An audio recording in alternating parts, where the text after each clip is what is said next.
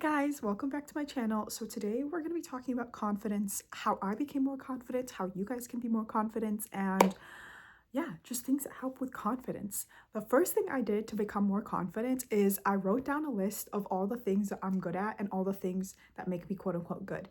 Because I feel like a lot of the times why people are not confident is that they are focusing on all their negatives, on their flaws, they're hypercritical of themselves. And it's like when you're constantly looking at like what's wrong with you, what you're not doing, how you're not good enough, like that's what's going to fill your brain, that's what's going to fill your consciousness. And honestly, to just change your self-image, to become more confident, you just have to start looking at how you are good, how you are showing up, what talents you have, what skills you have. And I literally wrote down like what qualities are good about me, and I listed them out. And then I'm like, wait, this is so true. I'm good at this, I'm good at this, this is a quality that's good. And it doesn't have to be just skills like typing or like engineering. It can be like qualities, like if you're funny, if you're kind-hearted, if you're sweet, if you're charismatic, like those are all really good things. And it's like once you write it down, you recognize it and you're just putting your energy and focus onto that.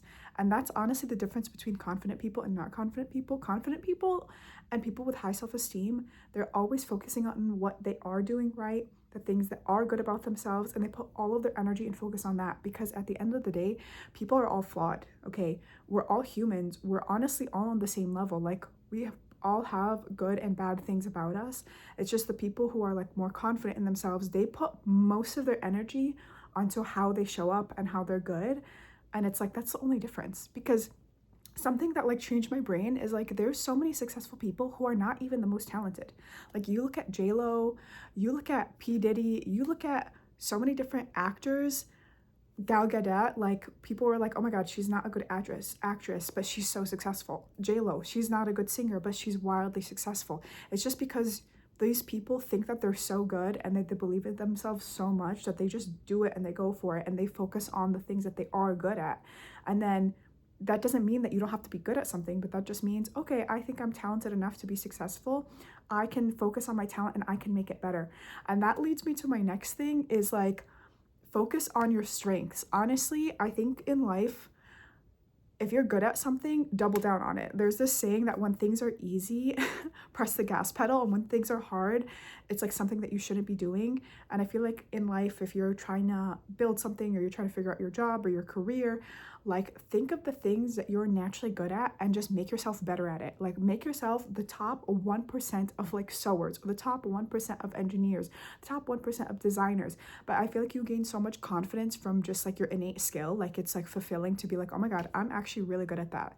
So write down the things that you're naturally good at, whether that's singing or whether that's design or whether that's math, and just get better at it, because you're gonna gain a sense of confidence and a sense of like, damn, like I can do that, just from being talented and skilled at something. And everyone has skills that they're uniquely good at.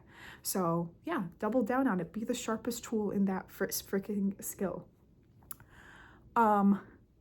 The other thing I did to be more successful is I started to take life less seriously, because I feel like especially if you're watching this video and you're into self-development, you're like, oh my god, I have to be like this, I have to be perfect, I have to be like, not Jeff Bezos, but you have to be so many different ways, or I have to wake up at 5 a.m. and I have to do this and I have to work out and I have to eat clean and I have to meditate, and it can be so overwhelming and just so overwhelming, and there's so much pressure. And I feel like I just do so much better when there's not that much pressure, when it's like, you know what, it's actually not that serious. Like we're in this world to live and to exist and to experience life. It's not that deep. Like things are not that deep. And for me, I still wanted to improve and like build on my confidence, and like confidence comes from evidence. Like for example, in the last example, you have evidence that you're a skilled writer or you're skilled X, Y, and Z. That's going to build up on your confidence. And for me, I just started doing quote unquote experiments. Like, oh, I'm going to experiment and see if I can run a 5K today, or I'm going to experiment and see if I can post a YouTube video every week. I'm going to experiment and see how many YouTube videos I can film in 1 week. You can do so many different experiments, but it's just kind of testing your skills and your abilities. And it's like when you actually succeed and you fulfill this experiment, it's gonna give yourself more confidence. Like, oh my god, I did this in 1 week, or I did this, or I ran a 5K and I really put my heart and soul into it. That means that I can do other things. Like, it's just building your self-belief and your self-trust. And sometimes it's scary to be like, I'm going to test my self-trust, or I'm going to test how good I can be. But if you just treat everything as an experiment, like, oh, I'm going to experiment and see what I can do, it's so much more lighthearted and fun. And like, there's like not as much stakes. Like, you're not, what's the word? You're not threatening your sense of self-worth or your sense of self-identity when you treat everything as an experiment. And you're just going to be building up this evidence of like why you should be confident. And yeah, I watched this one video, Alex Hormozy said it best, like, you can only build confidence from evidence. Like, when you build up so much evidence that you can do something, that you're accomplished, that you're successful, that you're talented, your brain has nothing else to believe in but that. It's just building up positive evidence.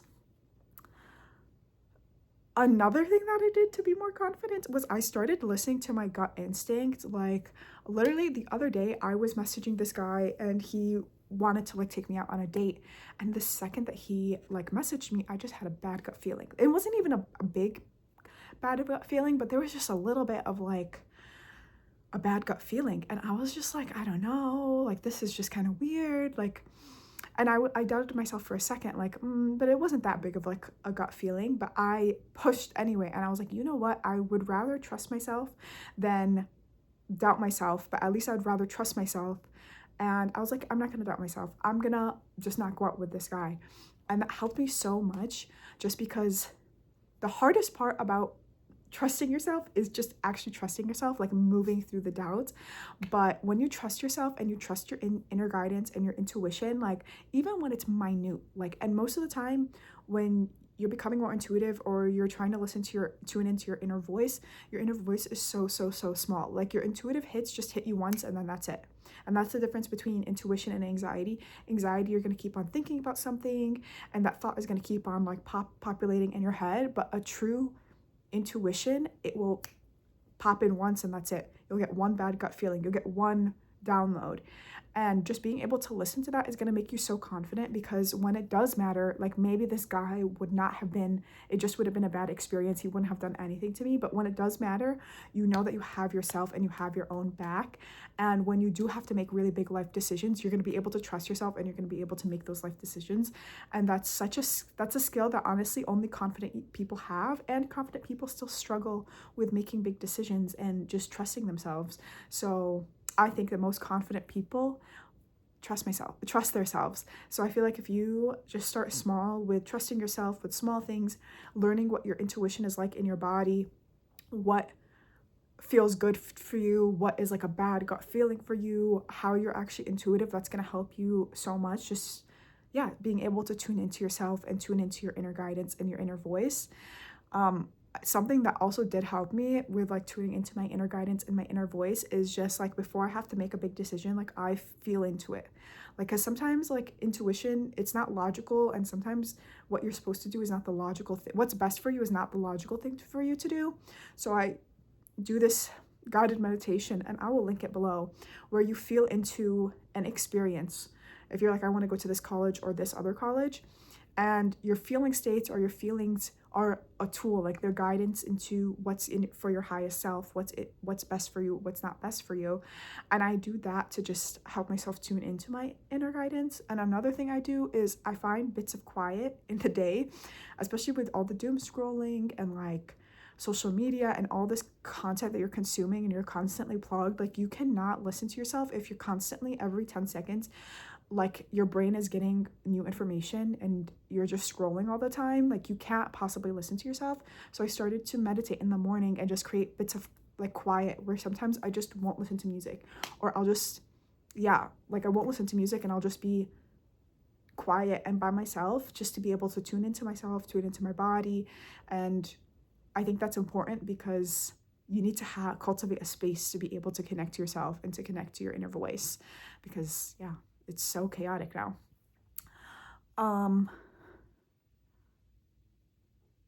Another thing I did was I worked on my self-talk, kind of similar to what I said in the beginning. When you're constantly, usually people who are not confident in themselves, they don't have any evidence to back up why they should be confident in themselves, but also they're usually like really focused on what's wrong with them. They're really hypercritical and they have a negative lens of themselves.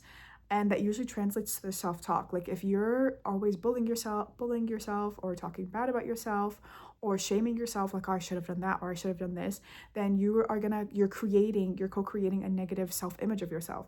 But if you start even faking it and saying, oh my God, like I'm doing so good, like I'm so proud of myself for this, and start patting yourself on the back and seeing what you are doing and like calling it out, like, oh my God, I'm so proud of myself. I sat down and I did this YouTube video. I'm so proud of myself. I went to the gym. Like, you are creating evidence of a positive self-image, and you just want to basically water the version of yourself with the positive self-image. And like all your thoughts is basically, your thoughts are like water, okay?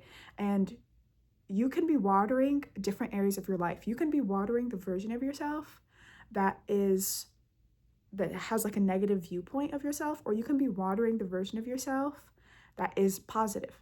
So it's like your brain right now, you're constantly watering the negativity about yourself, when it's like you can be watering the positivity about yourself. And the more that you focus on that, the more it's going to grow.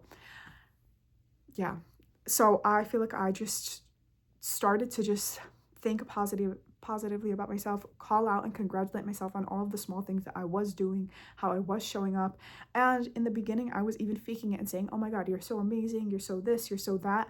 And in the beginning, sometimes it does feel like you're faking it, but if you keep on saying it enough, like, it's gonna start to feel real. And then the other thing I did is, every single time you make a decision, you are deciding what type of person you're gonna be. And I had this thought all the time when I was trying to show up better for myself. What would a person who respects themselves do? Would a person who respects themselves like sit around and scroll all the time? No. They would say, oh my God, I told myself I'm gonna film a YouTube video today, I'm gonna do that. And it's like every single choice that you make, you are watering different versions of yourself. You can be watering the version of yourself, the old you who has bad habits, bad self-talk, bad self-image, or you can be watering the version of yourself who likes themselves, who is confident, who always follows through on what they say. So it's like every single decision, you are deciding what kind of person you are. Like literally every single decision, down to what you eat, you are deciding what kind of person am I. And within every single decision, you can decide, do I want to be person B or do I want to be person A? And it's like, it's your choice. And me putting that into perspective is like, wow, it makes it so much easier for myself to show up for myself, to film YouTube videos when I don't want to go to the gym when I don't want to, because I know I want to be this type of person and I want to water this life and this version of myself. And it's like, when you put it that black and white, that makes it so easy to just do the things that you want to do. And when you do the things that you say that you're going to do, you're going to build up positive evidence, and you're going to be naturally more confident in yourself, and you're also going to respect yourself. And I think that's a big key. How are you going to be confident in yourself if all you're doing is your bad habits and you don't have any sense of self-control and you're just scrolling all the time? Even though, yeah, these companies are stealing our attention span and they are really addictive, but at some point you just have to take responsibility for yourself. And I think confidence comes from like self-respect. Like, what if you respected yourself, you would be confident, because you know, oh my God, I'm the type of person, I eat super healthy because I respect myself, I go to the gym because I respect my body, I do the things I don't want to do because I respect myself enough, and I love myself that I want to like achieve my goals. So it's like confidence is all about self-respect. And I would just go around, like, this changed the most for me, but it's like I would just go around, I'd say, what would a person who respects themselves do, and just do that, and I promise you're gonna be freaking confident. Yeah. I hope that helped, and I'll see you in the next video.